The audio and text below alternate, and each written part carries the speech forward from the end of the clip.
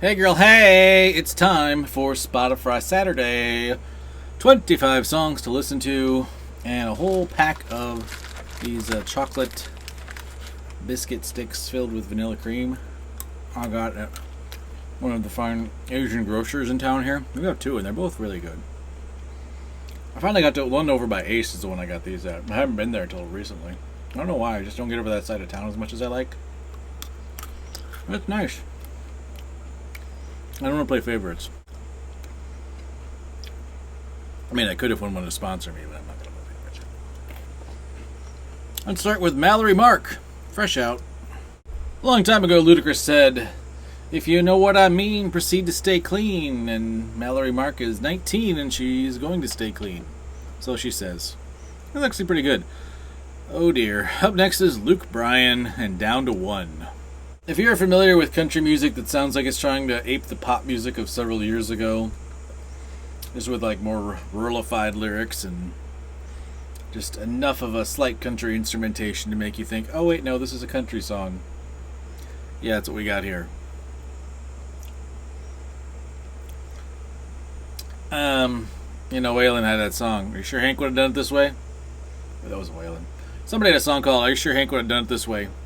Hank would punch you in the face, Luke Bryan. Up next, Maddie and Tay, and their cover of Watermelon Sugar.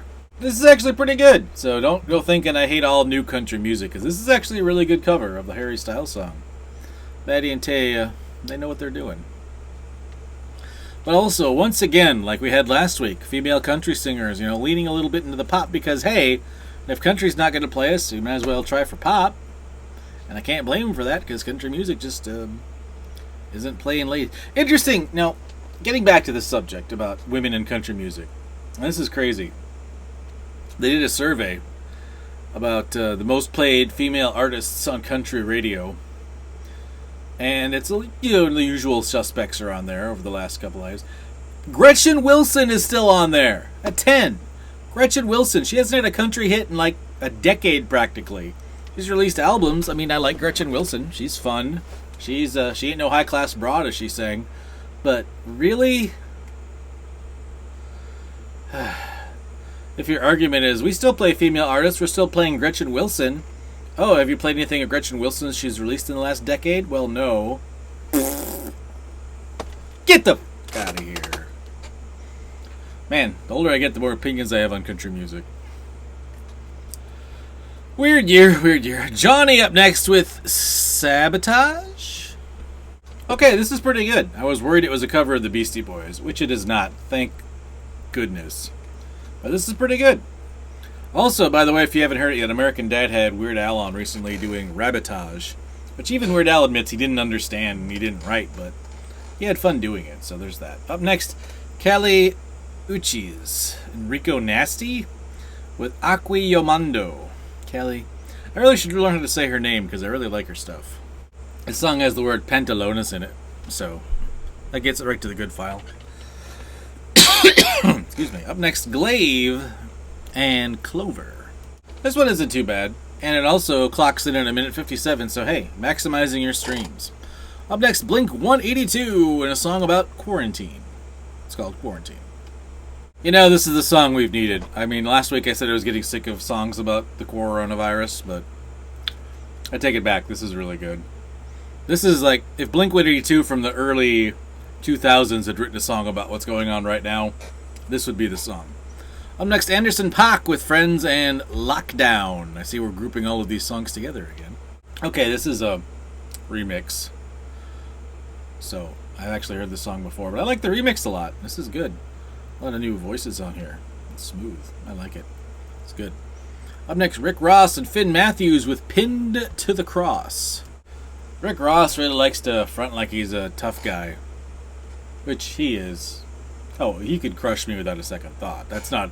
that's almost every artist I've listened to. Ever on the show. Yeah, pretty much all of them, really. But, yeah. I don't know. Sometimes his bravado comes off just a little too strong, and this would be one of those songs, so I'm just going to have to say okay. Up next, 2 Chainz and Lil Wayne with Moneymaker. This had better not be a cover of Ludacris. It's not a cover, as a matter of fact. The background music is like a marching band, and they're like decked out like a marching band on the cover, which is kind of unique. I kind of like the drum cadency thing. And the horns. This is good. I like this. I'm not the biggest fan of Lil Wayne and 2 Chainz I can take or leave, but this is really good. Up next, 6ix9ine, Tekashi 6ix9ine, his new song, which is called Punani. I think I'm pronouncing that right. You know, there's a whole snitching culture thing around Tekashi 6ix9ine. Like, some people are going to hate him because he snitched. I don't buy the whole snitching thing. That just never sits right with me. That being said, I've also never liked his music, and this is a very good song. Up next, Mallory and Papas. Unlike the karaoke song, I said keep it up-tempo and keep it moving. Or say pantalones. This song did neither, so... Up next, JoJo just signed a deal to model lingerie. And What You Need. I don't know. Good for JoJo for getting that contract to model lingerie, but... Yeah. This is the best she's going to release for music, then yeah, maybe the modeling might be a better avenue, because this is pretty blah. Up next, GASHI and Sting and Mama. Do they mean like actual Sting? Holy crap, it is Sting! Like Gordon Sumner. Like the guy from The Police. Like the guy who was in Dune. The 84 Dune or whatever. Yeah, it's pretty good. Wow. I was not expecting to have a song with Sting on it this week, and that's pretty good. I am a fan of Mr. Sting. Up next, Same Space from Tiana Major 9. It's okay. Omar Apollo up next with Stay Back. This song kind of pulled me in 2 different directions.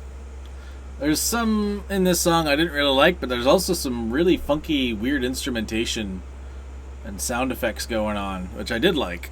So I'm going to end up putting this with good. Up next, Alec Wigdahl, Summer Is Over. No, it's not. This is the most fun you can have with a song called Summer Is Over. Up next, Icona Pop and Feels in My Body.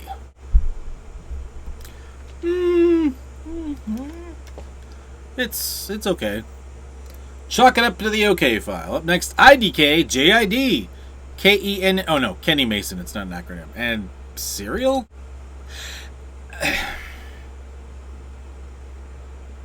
It's good. The song based around breakfast cereal idea, jumping off metaphor here. I don't know. It's good. It's just what? I don't know. I guess I'm gonna go with good. It's confusing me. Up next, Lil Key, Lil Baby, and Oshino. Lil Key, Lil Baby, a little bit of a lot of things I've heard before. Up next, I Had a Love Song, featuring Van Jess from Aunt Saunders. Pretty average song. There's kind of a funny part where he thinks he was a genius like Kanye. That's what he said. Thought I was a genius like Kanye. But he realizes he's not. Up next, Oscar Lang with Get Out. The beginning reminded me a lot of a song called Sugarcane by Space Monkeys. It came out in like the mid-90s. It was a really good song. Didn't hear anything else from that band, but that was a good song. This is an okay song. Bordering on good, but I'm not ready to commit that far yet. Up next, MASN. MASN with Fire. It's a slow burn. I don't like it. Up next, Jess Connelly, Expect. What to expect when you're listening to Expect? I think the emoji would best be summed up as... And finally, Mimi Webb and I'll Break My Heart Again. This is one of those songs where the verses are kind of normal, but then she soars on the chorus. It's a good trick. Still works. It's pretty good. And that is Spot of Saturday. We'll do a cassette story tomorrow, and I will admit tomorrow's cassette story is not a cassette I have a lot to say about, because I bought it for one song. Those are going to pop up from time to time. Then we'll be back at it with a Spot of Monday on a Monday.